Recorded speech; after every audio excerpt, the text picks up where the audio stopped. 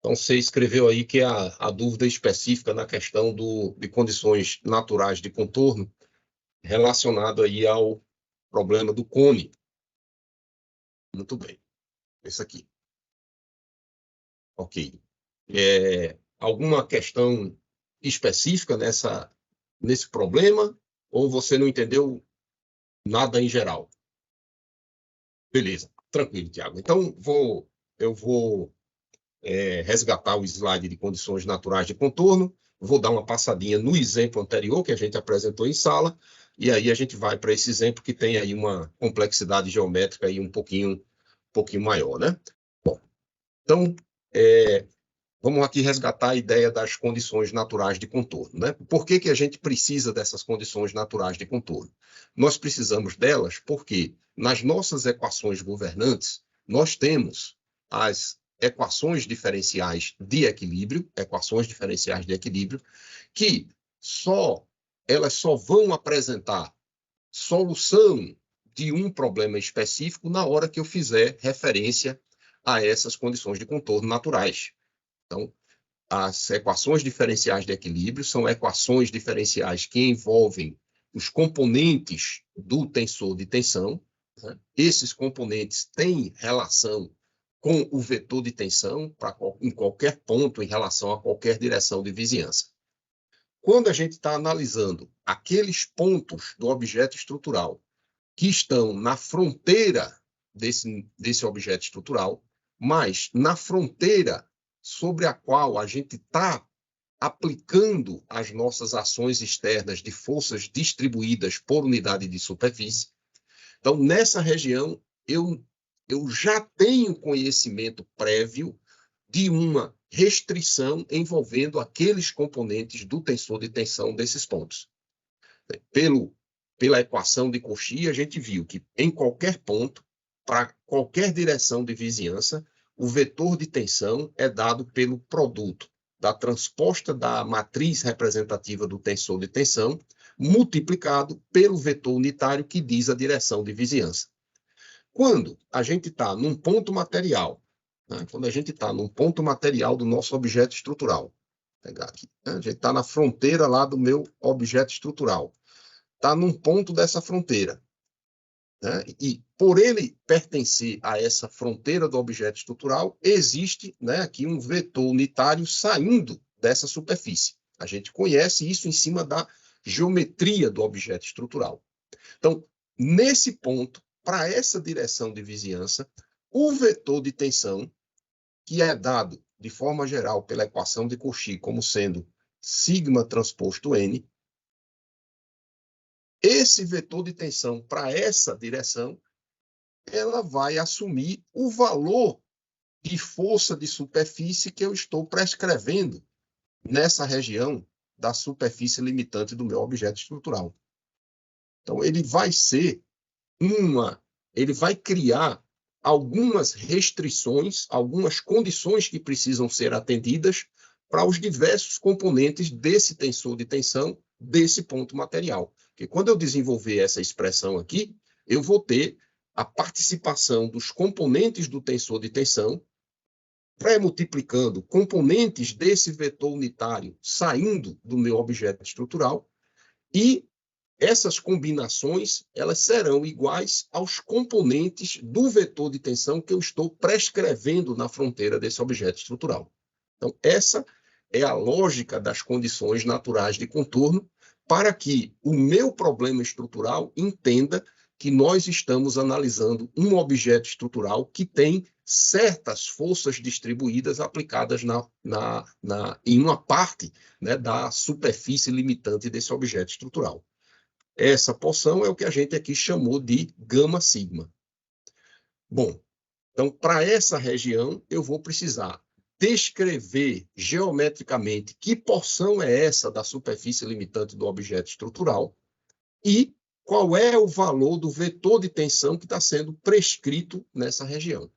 Então, qual é o valor da força por unidade de área em relação, né, um campo vetorial que vai ser definido em relação ao sistema de referência que eu estou utilizando para descrever o meu objeto estrutural.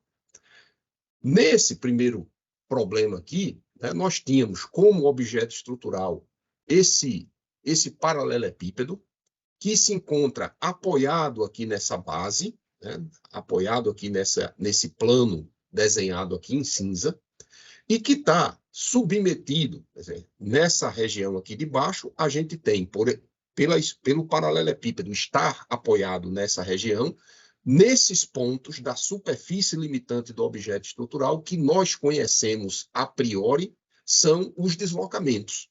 Então, se a gente está imaginando que nós temos esse plano de suporte, um plano rígido, os deslocamentos de todos os pontos dessa face limitante do objeto estrutural que está aqui embaixo, escondida, nessa face nós temos conhecimento do deslocamento. Os deslocamentos de qualquer ponto dessa região os deslocamentos vão ser iguais a zero. Mas essa é uma condição de contorno dita essencial, que não é o que a gente está trabalhando nesse capítulo de análise de tensões.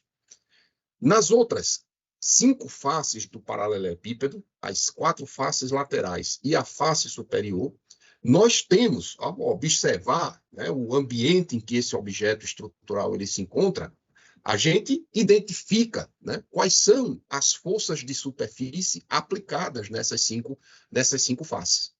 Nós temos 4 faces aqui laterais, essas duas que a gente está visualizando, e as faces opostas que estão escondidas nessa perspectiva. Nessas 4 faces laterais, nós não temos nenhuma força de superfície aplicada sobre ela. É uma face livre de qualquer ação externa.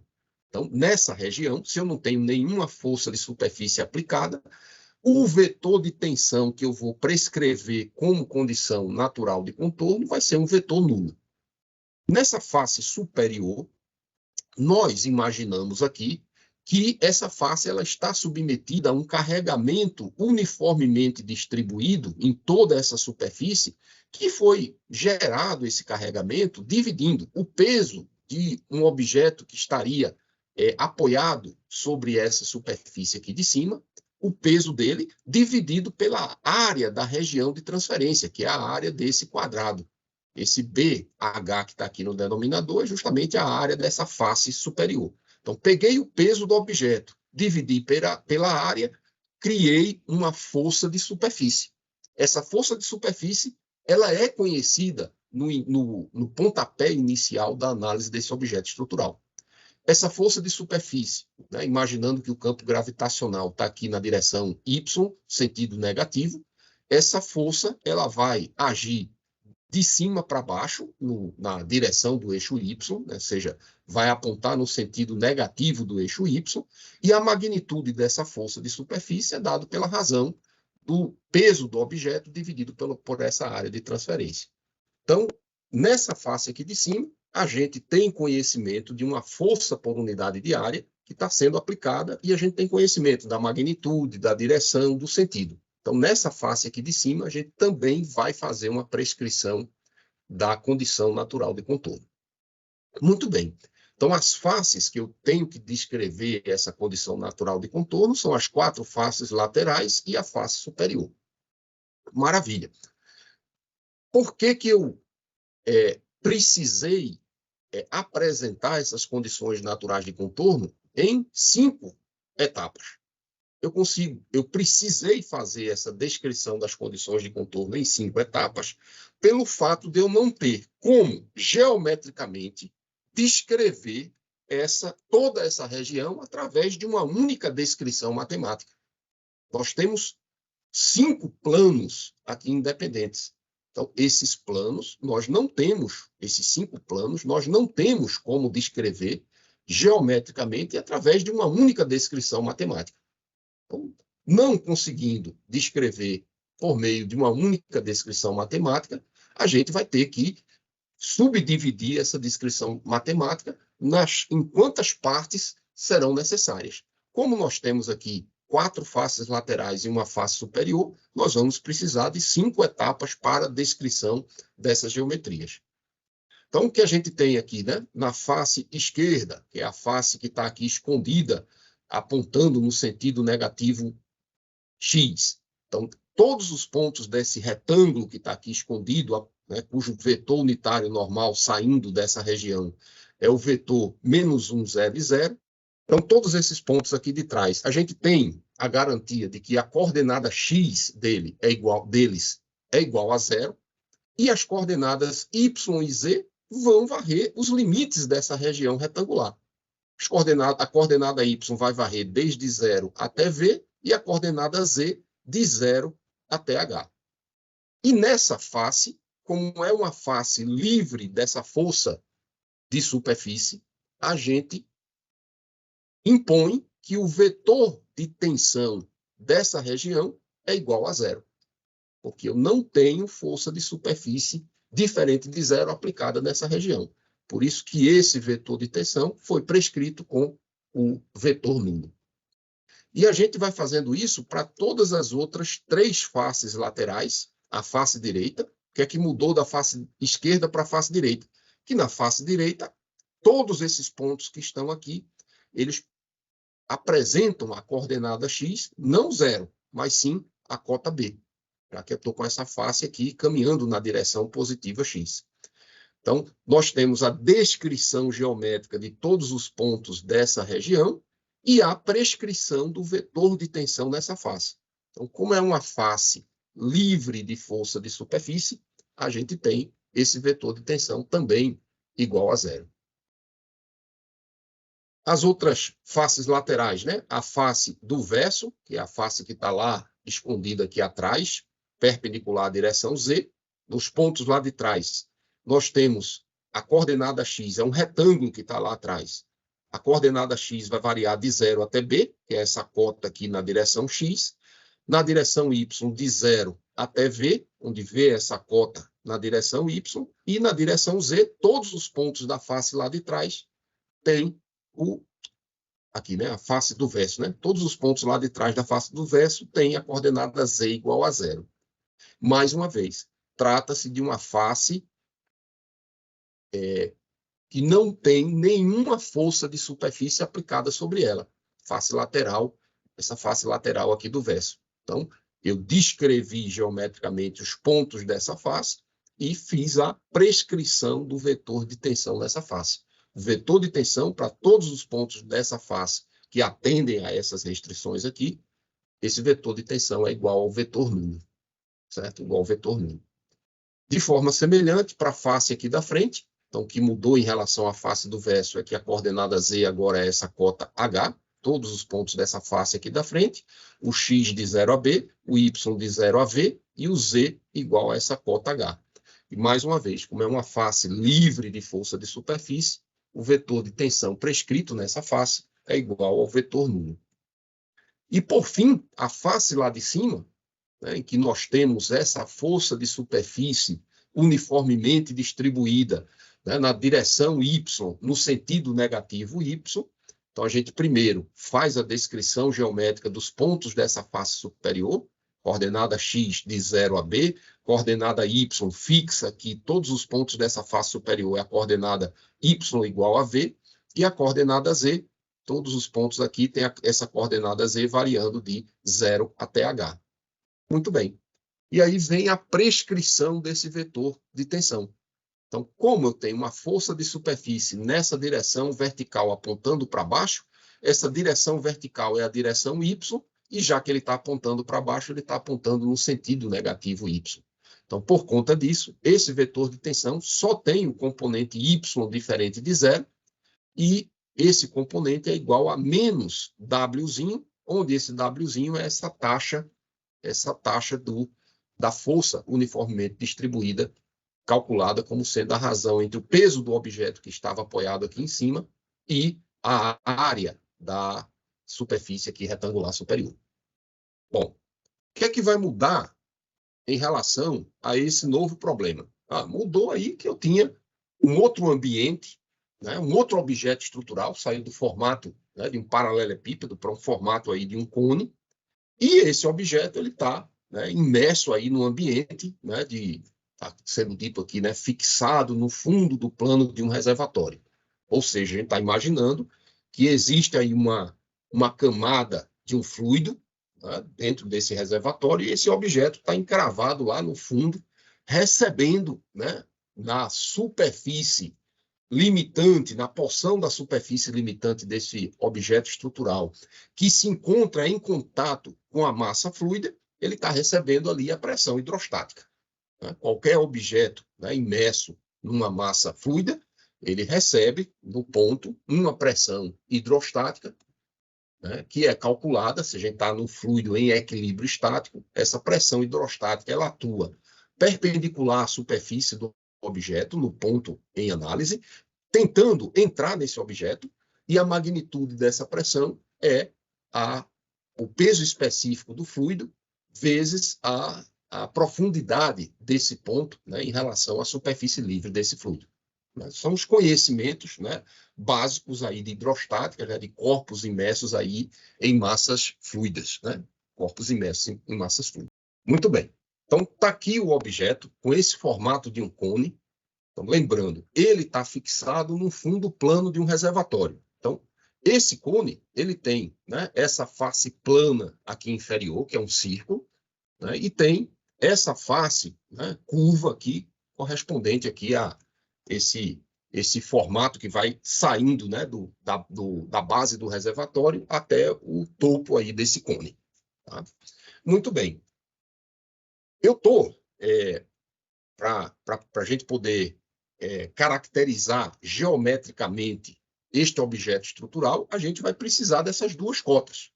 A gente precisa conhecer, para descrever um cone, a gente precisa do raio da base e da altura dessa base. São dois parâmetros geométricos que nos possibilitam fazer a descrição geométrica do cone, o raio e a altura. Então, estou escrevendo de forma literal esses parâmetros, né, para que a gente possa construir expressões independente da razão entre essas dimensões geométricas aí do cone. Muito bem. Como nós vamos estar falando aqui de vetor de tensão, né, na condição natural de contorno, a gente precisa fazer a prescrição do vetor de tensão, precisa fazer a descrição geométrica da porção da superfície limitante desse objeto estrutural que está em contato com essa massa fluida, a gente precisa de um sistema de referência. Então, aqui a gente está utilizando o sistema de referência cartesiano. Eu estou colocando, né, o eixo Z, né, no eixo do cone, o eixo Z no eixo do cone, e os eixos x e y no plano da base desse cone, aí nas direções que aí não vai importar nesse momento. Então, fiz a fixação do meu sistema de referência. A descrição geométrica, o vetor de tensão a ser prescrito, todas essas informações dependem da escolha do sistema de referência que eu vou fazer. Tá? Se eu cair na tentação de colocar esse sistema de referência, sei lá, com algum eixo que esteja apontando ao longo dessa superfície inclinada aqui do cone, eu vou ter outras expressões, mas com certeza eu posso garantir que vocês vão ter mais dificuldades para se chegar à descrição, né, de interesse aí do problema.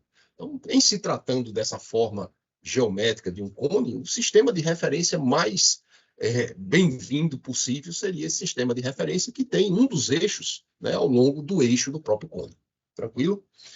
Muito bem. Então, agora, a gente vai ver.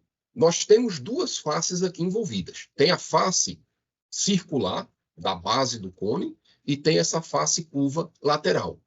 Como foi dito que nós temos o cone fixado no fundo do plano do reservatório, essa face circular aqui de baixo, o que a gente conhece para os pontos desse objeto estrutural pertencentes a essa base, o que a gente conhece é o deslocamento. Assim como aconteceu no exemplo anterior com a base do paralelepípedo.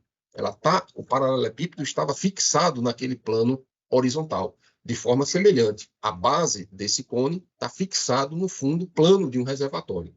Então, nesses pontos aqui dessa face circular, o que a gente conhece a priori, antes de começar a analisar o nosso objeto estrutural, o que a gente conhece é o deslocamento desses pontos. Então, se a gente conhece o deslocamento desses pontos, a gente não vai, nessa região, estar descrevendo condições naturais de contorno. Certo? A gente prescreve nessa região são as ditas condições essenciais de contorno. Mas isso a gente vai conversar ainda no próximo capítulo. Então, essa face aqui de baixo, nós não temos condições de contornos naturais para serem definidas. Agora, nessa face lateral, essa face lateral, ela está em contato com a massa fluida desse reservatório, que está em equilíbrio hidrostático. Então, eu tenho lá um objeto lá mergulhado nessa massa fluida e essa superfície curva aí está em contato com essa massa fluida. Então, o que eu vou fazer? Fazer um exercício semelhante ao que a gente fez no problema anterior do paralelepípedo, só que ao invés de considerar o peso de um objeto que estava apoiado sobre o paralelepípedo, aqui o que eu vou representar é a força de interação que existe desse meio fluido que está envolvendo essa superfície curva sobre esse objeto estrutural. Muito bem. Então, por se tratar de uma superfície molhada em contato com a massa fluida, existe uma força de interação correspondente gerada pela pressão do fluido nas profundidades dos pontos materiais dessa superfície curva. Bom, a questão é que, ao longo dessa superfície lateral, dessa superfície curva, nós temos diversas profundidades. Não existe uma profundidade única. Então, a profundidade varia aqui, a profundidade varia de ponto a ponto. Então, o que muda em relação ao problema anterior, é que esses pontos dessa região, eles têm intensidades diferentes do vetor de tração, do vetor de tensão, pelo fato de que esses pontos eles estão em profundidades diferentes nesse reservatório. Se tem profundidade diferente, a pressão hidrostática é diferente. Então, preciso considerar essa variação, né, espacial do vetor de tensão ao longo dessa superfície lateral. Muito bem. Primeiro passo, eu consigo descrever uma única vez essa superfície lateral? Então, tenho condições de descrever geometricamente a superfície lateral desse cone de uma única descrição matemática? Sim. Uma superfície suave, que tem uma geometria conhecida, clássica, a gente tem como fazer a descrição geométrica por uma única expressão. E o que eu tenho que fazer é descrever geometricamente essa superfície em relação a esse sistema de coordenadas. O que é que a gente precisa para fazer isso? Qual é a nossa base do conhecimento para fazer essa descrição? Geometria analítica. É lá em geometria analítica. Fazer a descrição geométrica da superfície curva, né, limitante de um cone em relação a um sistema de referência. Então, vindo lá da geometria analítica, com os conhecimentos nossos lá da geometria analítica, a gente tem condições de fazer a descrição de qualquer ponto sobre essa superfície. Então, estou colocando aí um ponto genérico, né? Estou representando aí um ponto genérico nessa superfície curva do cone, dizendo que esse ponto, em relação a esse sistema de referência, tem as coordenadas x, y, z, e agora eu vou tentar descrever matematicamente, né, as restrições para essas coordenadas x, y, z desses pontos que pertencem a essa superfície curva.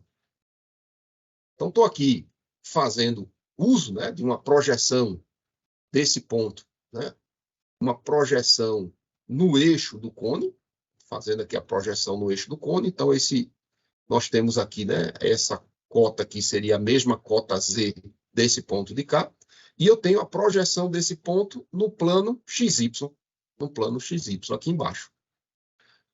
Aqui embaixo, esse ponto aqui embaixo, ele vai ter uma distância para o eixo Z, que a gente está aqui chamando de Rzinho de Z. Porque cada ponto dessa superfície lateral, se ele está em alturas diferentes, esse raio vai ser diferente. Então, esse raio aqui, ele não é único para todos os pontos dessa superfície lateral. Ela é função dessa cota Z que é a cota vertical ao longo dessa superfície curva. Então, eu escrevi aqui o R de Z para poder caracterizar, né, o raio dessa circunferência que passa por esse ponto, tendo, né, como centro esse ponto aqui na coordenada Z, na mesma coordenada Z do ponto da superfície limitante. Então, descrevendo geometricamente essa região, fazendo a descrição geometricamente dessa região. Então, essa região contém todos os pontos de coordenada x, y, z, tal que. Bom, então, para todos os pontos que estão nessa superfície lateral, a gente vê que a coordenada z ela vai variar desde 0 até aquela cota h, aquela cota vertical h. Todos os pontos nessa superfície lateral têm essa possibilidade de variação da coordenada z. E as coordenadas x e y desses pontos? Então, as coordenadas x e y desses pontos, eu vou relacionar as coordenadas x e y com esse raiozinho, esse Rzinho. Então, quando o meu ponto está aqui na coordenada z, eu tenho toda essa infinidade de pontos pertencentes a essa circunferência. Todos esses pontos nessa circunferência têm a mesma coordenada z. Então, eu consigo, isso aqui forma uma circunferência. Então, eu consigo dizer que as coordenadas x e y de todos esses pontos aqui, eles obedecem à equação implícita de uma circunferência. Então, todos esses pontos aqui, se eu pegar essa circunferência aqui, né, eu tenho a certeza de que a soma da coordenada x ao quadrado mais a coordenada y ao quadrado vai ser igual ao quadrado desse raiozinho que depende aí da coordenada z. E o que é que eu preciso para amarrar essa descrição geométrica? Eu preciso agora dizer quem é essa função Rzinho de z. Quem é essa função Rzinho de z? Então, o z varia de 0 a h. Quem vai ser para um ponto que está uma cota vertical z, quanto que vale esse Rzinho? Então, nesse momento aqui, a gente vai fazer uso aqui, né, da interpolação linear que existe desse raio em função do formato do meu objeto, que é um cone. Então, veja, quando o meu ponto está aqui na região da base, z igual a 0, quanto é que vale o Rzinho para esses pontos aqui de baixo? Opa, para esses pontos aqui de baixo, o meu Rzinho vai coincidir com o raio da base, com o Rzão. Quanto que é o Rzinho para o ponto que está lá no topo desse cone? Poxa, lá no topo desse cone, a minha circunferência colapsou num ponto. Se colapsou num ponto, aqui em cima o Rzinho vale 0. Então, aqui embaixo, para z igual a 0, o Rzinho vale R, maiúsculo. Aqui em cima, para o z igual a Hzão, o raio vale 0. Aí agora eu vou fazer, né, a interpolação linear para imaginar, para calcular quanto que é o raio para um ponto dessa superfície que está numa altura z. O que eu vou fazer para chegar a essa expressão é a regra de 3 agora. Então, o que a gente tinha era, para z igual a 0, a gente tinha o raio igual a Rzão. Para z igual a Hzão, o raio é 0. Aí a pergunta é, para z, uma coordenada z qualquer entre 0 e h, quanto é que vale o Rzinho de z? Então, aqui vem a regra de 3, para a gente chegar a essa expressão. Então, vou ter z menos 0, h menos 0, igual a Rzinho de z menos Rzão, 0 menos Rzão. Então, a partir daqui, a gente tira que o Rzinho de z vale o Rzão menos Rzão z sobre h. Pode fazer a verificação. Substituindo nessa expressão z por 0, então vai cancelar essa parcela, vai ficar Rzão. Substituindo nessa expressão o z por h, então o h vai cancelar com h, vai ficar menos r, r menos r, Rzinho igual a 0. certo? Então, essa expressão aqui do Rzinho de Z vem dessa interpolação linear que existe do raio dessa circunferência que se forma aí, né, ao longo da base até o topo desse cone. Então, tocando adiante. Fizemos com isso aqui a descrição geométrica dessa superfície curva do cone que está em contato com a massa d'água, com a massa de fluido, né? E agora a gente vai fazer a prescrição do vetor de tensão nesse ponto genérico dessa superfície.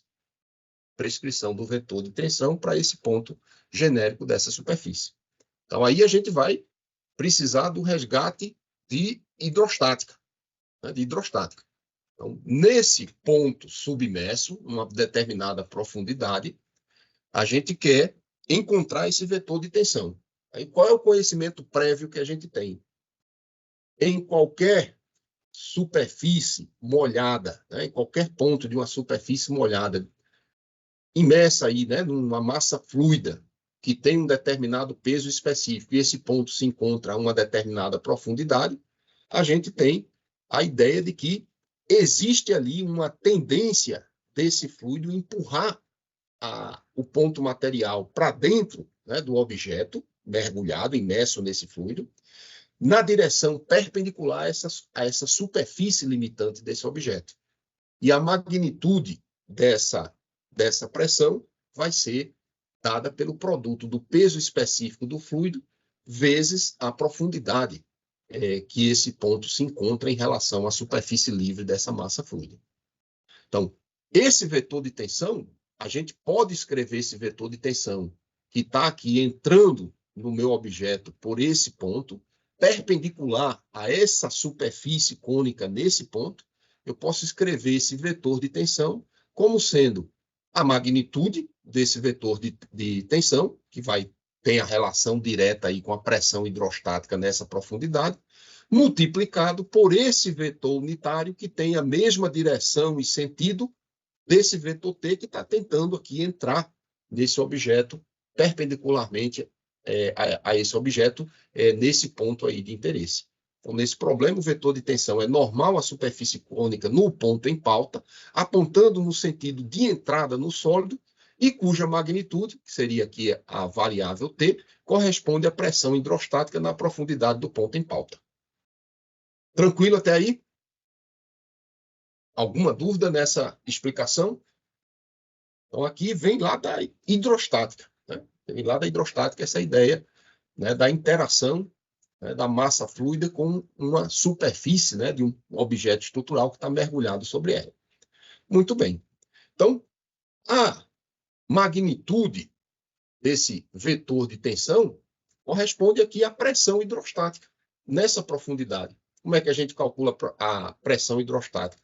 Peso específico do fluido, γF, multiplicado pela profundidade do ponto em relação à superfície livre. Então, eu estou imaginando que o reservatório tem uma profundidade P total. Então, da base do reservatório até a superfície livre do fluido, tem profundidade P.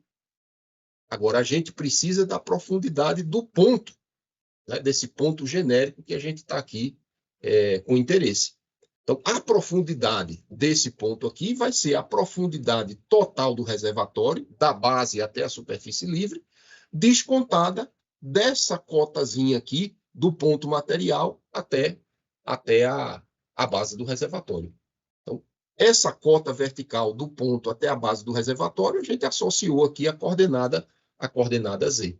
Então, por isso que a magnitude do vetor de tensão, que é a mesma magnitude da pressão hidrostática, peso específico, multiplicando a diferença entre a profundidade do reservatório e a coordenada Z, né, do ponto em questão. Então, agora, a gente já descreveu a superfície, já representou o vetor de tensão como produto dessa magnitude pelo vetor unitário e já definimos aqui embaixo a magnitude. Então, o que resta agora é fazer a definição desse vetor unitário, T-chapéu. Um vetor que está perpendicular à superfície cônica nesse ponto, tentando aqui entrar né, nesse objeto estrutural. Bom, aí eu utilizei aqui dois ângulos auxiliares para a gente ter o entendimento desses componentes aqui do vetor de tensão. Então, a gente tem aqui um vetor unitário que está aqui tentando entrar, e eu quero representar esse vetor unitário em relação aos componentes cartesianos x, y, z. Bom, se eu olhar inicialmente aqui para o componente z desse vetor unitário que está tentando entrar aqui, esse componente z, vamos ver aqui, né? Esse ângulo, deixa eu ver se eu consigo escrever aqui. Nós temos um vetor unitário aqui representado, tentando entrar nessa superfície, que é o vetor unitário. Vamos dar uma olhada nesse plano que contém esse vetor unitário, esse plano correspondente que contém aqui esse triângulo. Veja aqui é um K. Deixa eu mudar aqui o apontador. Nós temos aqui um triângulo em que essa cota H é um dos catetos desse triângulo retângulo. E do outro lado, correspondente aqui a essa direção radial, é o outro lado desse triângulo retângulo. Ele é retângulo porque esses dois lados aqui formam, né, o ângulo de 90 graus aqui nesse ponto. E a gente tem esse terceiro lado como sendo a hipotenusa aqui desse triângulo. Então, eu tenho a cota H, tenho a cota R e eu tenho aqui essa hipotenusa. Então, vamos olhar para esse triângulo, projetando ele no plano para a gente entender ali os componentes. Eu vou pegar esse triângulo aqui com esse vetor unitário e vou planificar essa figura para a gente poder fazer a definição aí dos nossos componentes. Então, vê só. Eu tinha aquele lado vertical H, eu tinha aquele outro lado horizontal R, e tinha aquele lado ao longo da superfície inclinada. Nós estávamos com um ponto aqui de interesse e queremos encontrar os componentes cartesianos desse vetor unitário que está aqui perpendicular a esse lado inclinado. E a gente criou aqui um ângulo auxiliar alfa. Esse ângulo auxiliar alfa. Esse ângulo alfa, eu posso chegar a ele a partir desses dois parâmetros geométricos, H e R. Né? A gente tem aqui que a tangente de H é a razão entre o cateto oposto, que é o Hzão, dividido pelo cateto adjacente, que é o Rzão. Então, se eu tenho conhecimento dessas duas dimensões características lá do cone, eu tenho como encontrar esse ângulo alfa, né? Calculando aqui o arco tangente de H dividido por R. H dividido por R. Muito bem. Agora, vamos ver.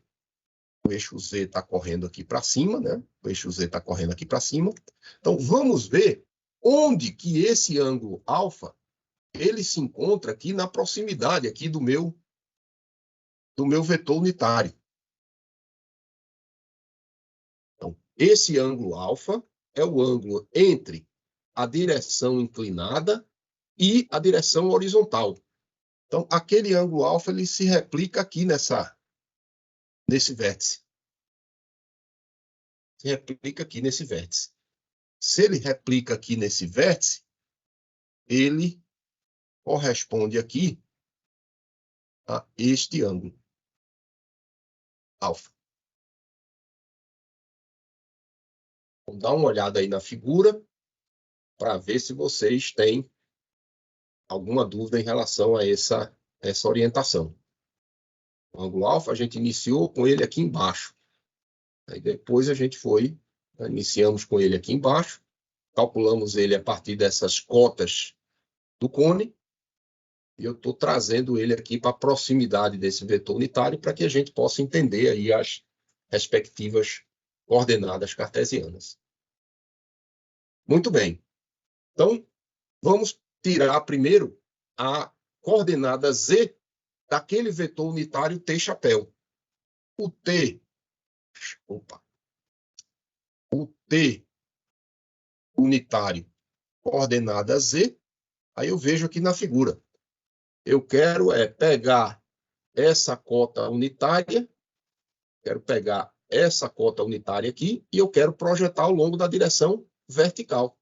Então, quero pegar essa cota, projetar na direção vertical. Se eu tenho esse ângulo aqui conhecido, ângulo alfa, essa cota vertical vai ser dado por cosseno de alfa. Só que, como nós estamos tratando aqui, né, do vetor, quando eu projetar aqui na direção vertical, essa cota ela vai estar apontando para baixo, sentido negativo do eixo Z. Então, essa coordenada Z desse vetor unitário vai ser menos o cosseno de alfa. Menos o cosseno de alfa. Tranquilo? O fato de ser cosseno de alfa e o fato de ser negativo. Tá tranquilo aí para vocês? Beleza. Então, resolvemos a coordenada Z. Agora, vamos resolver as coordenadas x e y. Só que, para eu tirar as coordenadas x e y, eu vou primeiro trabalhar com essa projeção aqui radial do vetor unitário. Se eu pegar esse componente horizontal nessa figura, essa direção horizontal, ela corresponde à direção radial lá do desenho 3D. Então, quem é essa cota? Essa cota aqui vai ser o cateto oposto no triângulo anterior. Então, vou chegar a essa cota como sendo seno de alfa. Essa projeção desse vetor unitário tem a magnitude seno de alfa e ele está apontando para o centro da circunferência correspondente que passa por esse ponto. Ele está entrando aqui no objeto estrutural. Aí agora a gente volta para o desenho 3D. Então, nós já tiramos o componente vertical, componente Z vertical, menos cosseno de alfa, e agora eu tenho um vetor radial entrando aqui, apontando para o eixo Z, de magnitude seno de alfa. Só que eu preciso pegar esse vetor e eu preciso fazer a decomposição ao longo das cartesianas x e y. E aí, nesse momento, estou com esse vetor, como se eu tivesse aqui, né, com o vetor apontando nessa direção radial, entrando no objeto, de magnitude seno de alfa.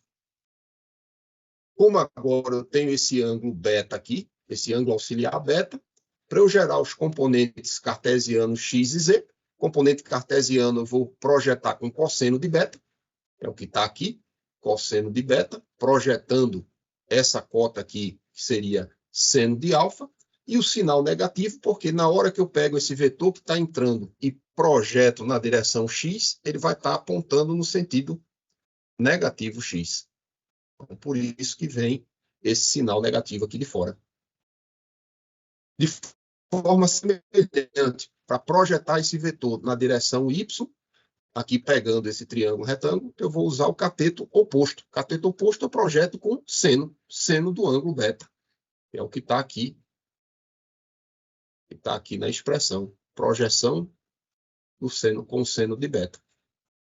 Como esse componente também vai estar apontando no sentido negativo do eixo y, então, isso justifica esse sinal negativo que veio aqui antes.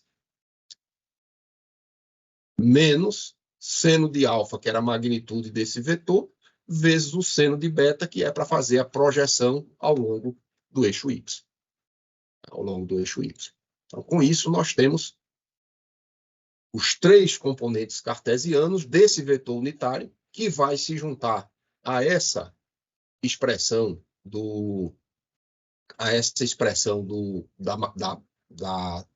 da pressão hidrostática para gerar o vetor de tensão, e vai estar prescrito nessa região aí da superfície curva desse cone.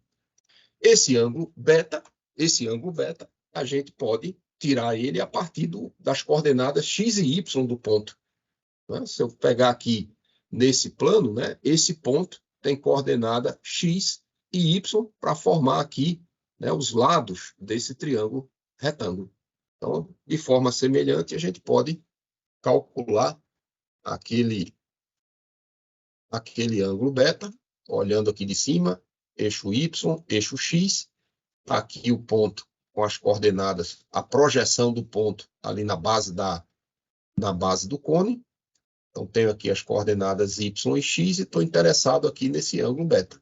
Então, mais uma vez, vejo aqui um triângulo retângulo, né? Cateto adjacente X, cateto oposto Y, e eu tiro aqui esse ângulo beta, tangente de beta, igual a Y dividido por X. Então, quando eu tiver as coordenadas X e Y do ponto, avalio aqui essa razão e calculo via arco tangente o ângulo beta utilizado para definição lá do vetor unitário. Tá? Então, era essa aí a lógica, né, desse problema, né, associado à definição das condições de contorno desse objeto com esse formato cônico, né, que se encontra interagindo ao longo dessa superfície curva com essa massa de fluido em equilíbrio hidrostático, né, num reservatório. Então, aqui, né, a questão de geometria, né, analítica, né, álgebra vetorial, a representação, aqui né, a ideia lá os conceitos lá de hidrostática, e aqui é álgebra vetorial também para definição aí dos componentes. Tá? Tipo assim, se eu fosse calcular esse vetor de tensão certo, em algum ponto nessa circunferência, que está marcado aí nesse cone. Certo, perfeito. Aí eu escolho, por exemplo, que o meu ponto ele vai ter coordenada x igual a um valor e y igual a 0. Certo. Então, você estaria calculando só para esse ponto aqui, né? Que eu estou apresentando. Mas aí você não está... Isso aí seria o vetor de tensão para um ponto dessa superfície curva. Da forma com que a gente apresentou aqui, Tiago, a gente apresentou de forma genérica. Essas expressões, elas são válidas para qualquer ponto dessa superfície limitante, certo? Tranquilo. Beleza. Mas se o interesse fosse calcule o vetor de tensão para algum ponto dessa superfície limitante, então tranquilo. Isso aí você poderia adotar ali aquele ponto com a coordenada y igual a 0, né? Tranquilo, não tem problema nenhum. Beleza, valeu, professor. Maravilha. Mais alguma dúvida em relação a esse problema? Professor. Pois não? Na condição de contorno do paralelepípedo no slide anterior, certo, se a gente tivesse esse mesmo caso de um reservatório, como é que a gente faria a condição de contorno para as laterais, as faces direita e O que esquerda? é que muda? O que é que muda? É que aqui nessas faces laterais você teria uma variação dessa força por unidade de área, variando com a profundidade. Então, você precisaria pegar um ponto qualquer dessa superfície lateral, qual é a profundidade desse ponto. Aí você ia pegar a profundidade do reservatório, descontava agora, né, da cota Y, né, já que a base do reservatório estaria aqui embaixo e esse ponto estaria a uma determinada altura em relação à base, dada pela coordenada Y. Qual é a direção dessa força de interação? Ela está perpendicular. Por exemplo, nessa face aqui direita, ela está apontando no sentido negativo Y. Então, o vetor de tensão nessa face aqui, ele só teria o componente x diferente de 0. Esse componente seria negativo e a magnitude dele é a magnitude da pressão hidrostática nesse ponto. Então, precisava ver o peso específico do material multiplicado pela profundidade desse ponto em relação à superfície livre do fluido. Certo? Então, seria uma expressão que o vetor de tensão apresentaria uma dependência da coordenada y dos pontos nessa face. Para cada y você tem uma profundidade diferente. Então, a força de superfície teria aí essa magnitude modificada. Professor, então se eu quisesse delimitar como esse slide na face, aí eu teria que delimitar o intervalo do meu y e teria que colocar o vetor de tensão em função de y. Mas veja aqui, essa face direita, você não já está aqui, na hora que você descreveu geometricamente, você não está delimitando aqui, ó, o y variando entendi. de Então, 0 só até v. daria o tensor. Só o vetor de Só daria o tensão. vetor. Isso. Nesse caso aqui, Entendi.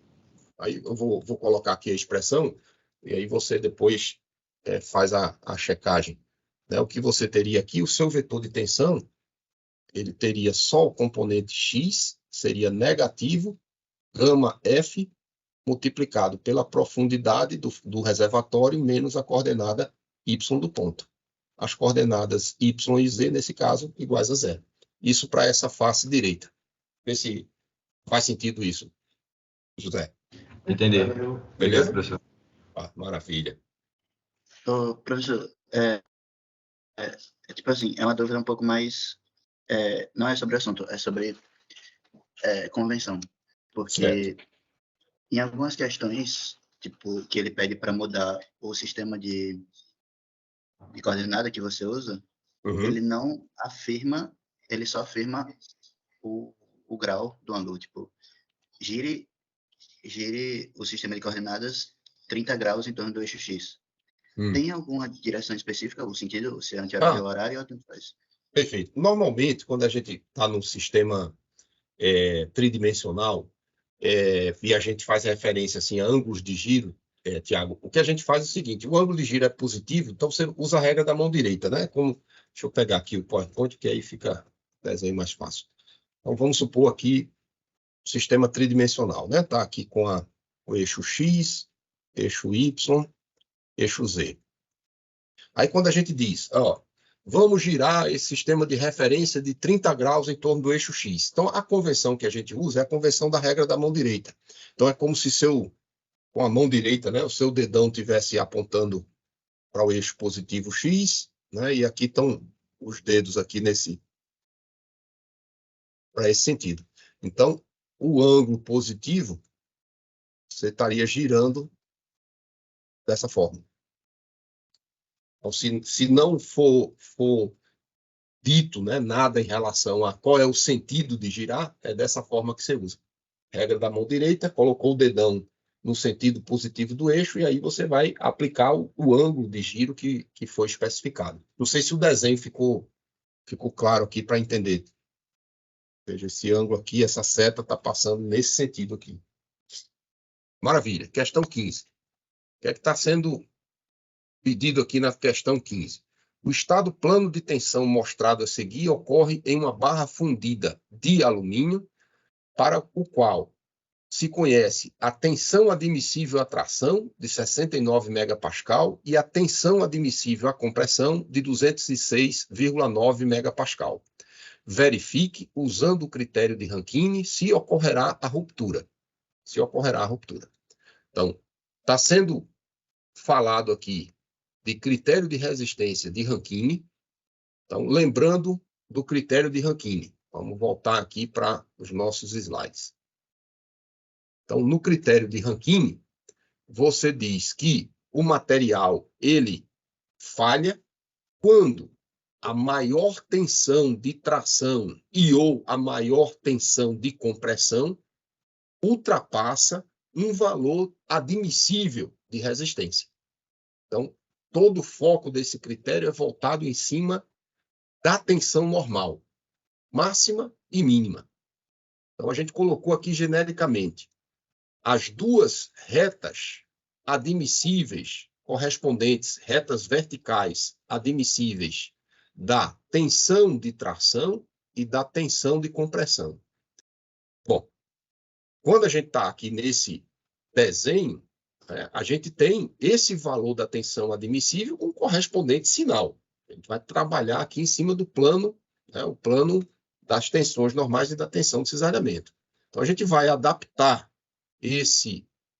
essa figura aqui, trazendo os valores da máxima tensão de tração admissível, que vai valer 69 megapascal, e a mínima tensão, que é a tensão de compressão, é esse valor com sinal negativo. Aqui, quando a gente fala tensão admissível à compressão, está dando só a magnitude. Mas quando a gente vier aqui para esse desenho, a gente tem que trazer o sinal correspondente. Então, Essas duas retas verticais têm a ver com a capacidade de resistência do material.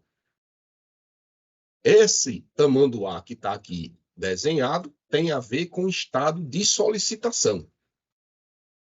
Eu preciso, para desenhar essa região de solicitação, eu preciso conhecer as 3 tensões principais. Preciso conhecer as 3 tensões principais desse material. Quando eu colocar as 3 tensões principais em ordem, σ1, σ2 e σ3, ou seja, da maior para menor, o que eu vou precisar, como critério é exclusivo de tensão normal, eu vou precisar verificar se a tensão σ1, que é a maior de todas, é menor ou igual que a tensão admissível de tração. Da mesma forma, quando eu colocar em ordem as 3 tensões principais, eu vou precisar verificar se o σ3, trazendo o sinal dela mesmo, se esse σ3 é maior ou igual que a tensão admissível à compressão com o correspondente sinal. Então, essa é a verificação que precisa ser feita para garantir que o estado de solicitação, que vai gerar aqui esse tamanduá, se ele é compatível ou não com a capacidade de resistência desse material, que foi definida a partir do critério de Rankine, com uma tensão admissível de tração e uma tensão admissível de compressão. Então, essas duas retas verticais, é pegar diretamente os valores da tensão admissível à tração e da tensão admissível à compressão e colocar o sinal para gerar aquela reta do lado esquerdo. O tamanduá, para eu tirar as tensões admissíveis, eu preciso saber quem é o meu estado de solicitação. Aí vem o enunciado dizer que nós estamos diante de um estado plano de tensão. Estado plano de tensão. Aí, se é estado plano de tensão, eu já começo a minha análise conhecendo uma das 3 tensões principais. Então, em estado plano de tensão, qual é o valor de uma das 3 tensões principais que nós já conhecemos previamente? 0. Beleza, Tiago. Isso aí. Então, lembrando do nosso último encontro, quando a gente caracterizou aqui o estado plano de tensão, o estado plano de tensão, nós tínhamos só em relação a 2 das direções do sistema de referência a possibilidade de componentes do tensor de tensão diferentes de 0. E a gente tinha uma direção, nesse caso aqui, né, para esse sistema de referência, a direção Z, livre de qualquer componente no tensor de tensão. Então, nós identificamos aqui essa face perpendicular ao eixo Z como uma face livre de tensão de cisalhamento. E aí, na hora que a gente faz aquela avaliação de que toda face livre de tensão de cisalhamento, a tensão normal é uma tensão principal, então a gente conclui que, em estado plano de tensão, uma das 3 tensões principais é a tensão igual a 0. Então, a gente já deixa reservada essa tensão principal para se juntar com as outras 2 tensões principais que a gente vai trabalhar aqui em cima do plano. Porque se a direção Z é uma direção principal, as outras 2 direções principais vão estar em orientações ortogonais entre si no plano cartesiano XY. E a gente desenvolveu na última aula as expressões analíticas dessas tensões principais, sem precisar a gente estar calculando problema de valor principal. Então, a gente, na última aula, conversou em relação a essas expressões que permitem encontrar as 2 tensões principais no plano em função desses 2 parâmetros associados a essa circunferência, dependentes dos componentes não nulos do estado plano de tensão, os componentes normais e o componente de cisalhamento. Então, se a gente pegar naquele problema, então esse aqui foi o estado plano que foi apresentado lá no enunciado, estado plano de tensão. Então, o que eu vou fazer para começar a utilizar aquelas expressões analíticas das duas tensões principais em estado plano de tensão? Eu vou aqui definir para mim quem é o sistema de referência que eu vou considerar. Então, vou admitir aqui sistema de referência X horizontal e o Y vertical. X horizontal e Y vertical. Em sendo esse o sistema de referência que eu vou adotar, quem são os três componentes que nós vamos precisar para desenvolver aquelas expressões sigma xx, sigma yy e sigma xy. Então, quem é o valor da tensão sigma xx para esse sistema de referência em relação a esse estado plano de tensão? Quanto que vale sigma xx? 13,8. Maravilha, 13,8. Perfeito. 13,8 MPa. Sigma YY, 103,4. negativo. Né? Beleza? Porque Isso. ele está entrando, né? Então, menos 103,4 MPa. E o sigma XY? É positivo, 62,1. Pronto, 62,1. Olha que coisa mais tranquila do mundo. Na hora que a gente identificou esses componentes cartesianos do tensor de tensão, a tensão média vai ser a média dos dois componentes normais, ou seja, 13,8 mais menos 103,4 dividido por 2. Isso aqui vai dar para a gente a tensão média, 13,8 menos 103,4 dividido por 2, menos 44,8 MPa. Vamos precisar calcular também o raio. Aí o raio, pela expressão lá, raiz quadrada de...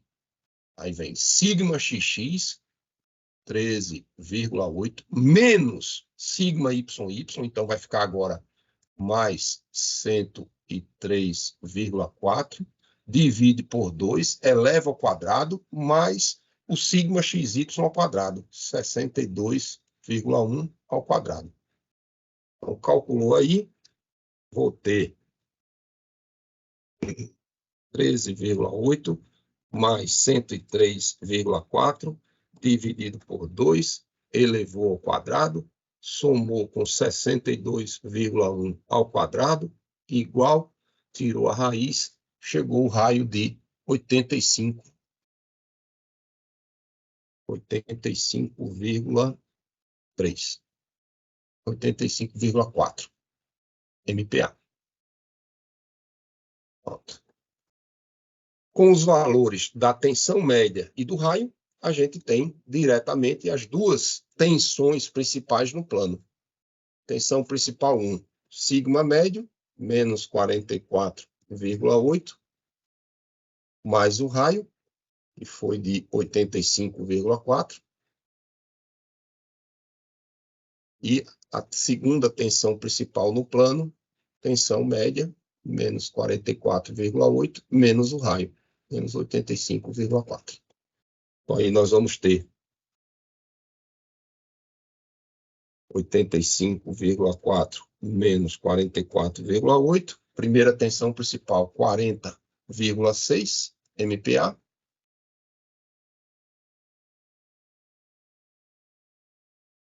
E a outra tensão, 44,8 negativo, menos 85,4. Menos 130,2 MPa. Então, essas são as duas tensões principais no plano. Aí eu vou juntar aquela primeira tensão principal que a gente já conhecia previamente para colocar em ordem as tensões principais no espaço. Então, em 3D, sigma 1. Então, quem é a maior das três tensões principais? Das duas no plano e mais a que a gente já conhecia previamente. Então, continua sendo o valor 40,6 MPa. Sigma 2 é a tensão média. Tensão principal, o valor intermediário ali das tensões principais. Então, no caso aqui em questão, σ2 no 3D vai ser a tensão que eu conhecia já do início, valor 0. E, por fim, σ3 é a menor das 3 tensões principais. Então, no plano, a gente tinha a menor 130,2 MPa. Pronto. Então, encontrada as 3 tensões principais, né, tridimensionais aí, agora a gente vai para o critério de Rankine, a gente vai confrontar esse valor em serviço com a tensão admissível à tração. Em serviço está dando 40,6 MPa e a admissível à tração 69 MPa. Pode repetir essa última parte que cada valor significa? Se for Assim, um é o maior. Sim, porque aquelas expressões que nós deduzimos na última aula foram as tensões principais no plano. E a gente usou aquela notação de que σ1 era a maior tensão principal no plano e σ2 a menor tensão principal no plano. Mas quando a gente vai analisar o critério de resistência, a gente precisa das tensões principais tridimensionais. A gente gerar esse tamanduá aqui, a gente precisa são das 3 tensões principais tridimensionais. Então, eu preciso agora colocar em ordem as 3 tensões principais que nós encontramos. Nós tínhamos a tensão principal igual a 0, que era lá no ponto de partida de estado plano de tensão, e nós tínhamos mais essas 2 outras tensões principais. Lá no tamanduá, lembrando aqui, né? Quando eu faço aqui o tamanduá ele é delimitado por 3 semicircunferências, onde aqui vai estar o σ1, o σ2 e o σ3. Mas essas tensões principais aqui, 3D. Eu não vou carregar o σ1 e σ2 lá do plano, não. Eu tenho que primeiro colocar em ordem as 3 para ter essa visão do que está acontecendo em termos de estado de solicitação no ponto material. Então, por isso, que eu tinha aqui no plano as tensões principais 40,6, menos 130,2, mas eu tinha aquela tensão igual a 0, lá no ponto de partida do estado plano de tensão. Então, vou pegar esses 3 valores, 40,6, menos 130,2 e 0, e vou atribuir para o σ1 3D o maior desses valores. Então, o maior desses 3 valores é o 40,6. Veio para cá, coincidiu. O σ3 é o menor desses 3 valores, das 2 no plano, mais aquela nula de estado plano de tensão. Então, desses 3 valores, o menor valor é o 130,2. Então, o que era σ2 no plano, passou a ser o σ3 no espaço. E o σ2 é o valor intermediário. Então, de 40,6 menos 130,2 e 0, o valor intermediário é o 0, que aqui está. Tranquilo? Entendi, valeu, professor. Maravilha. Então, para o critério de Rankine, como eu disse, o que interessa para a gente é confrontar a máxima tensão de tração com a tensão admissível à tração. Então, a máxima tensão de tração em serviço é o σ1. Então, vou confrontar o σ1 com a tensão admissível à tração. E o σ3 eu vou confrontar com a tensão de compressão, admissível de compressão. Então, se o σ1 for menor ou igual que a tensão admissível à tração, o material não vai romper a tração.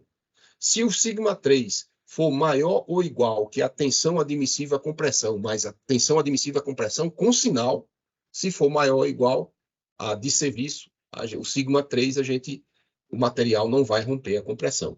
Então, o que a gente fez aqui anteriormente? Confrontamos essa máxima tensão principal com a tensão admissível à tração. A admissível à tração era 69. A máxima tração em serviço está dando 40,6. Então, aqui está ok. O material não vai romper a tração. Aí vamos verificar a compressão. A mínima tensão em serviço é de menos 130,2. É o σ3 das tensões principais tridimensionais, é o σ3. O que é que a gente vai fazer? esse valor,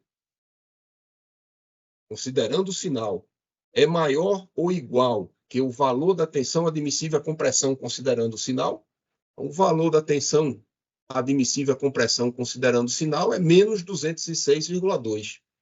Então, a gente vê isso aqui é maior do que a tensão admissível à compressão com sinal. Então, também nós não vamos ter problema em relação à falha à compressão desse material. Certo? Então, isso aqui foi menor ou igual que os 69 MPa de tração. E esse sigma 3 foi maior ou igual que o menos 206,9 menos 206,9 MPa, que era a de compressão, considerando aí o sinal. Então, nesse caso aqui, não temos problema nem a tração, nem a compressão. O material resiste a esse estado de solicitação interna.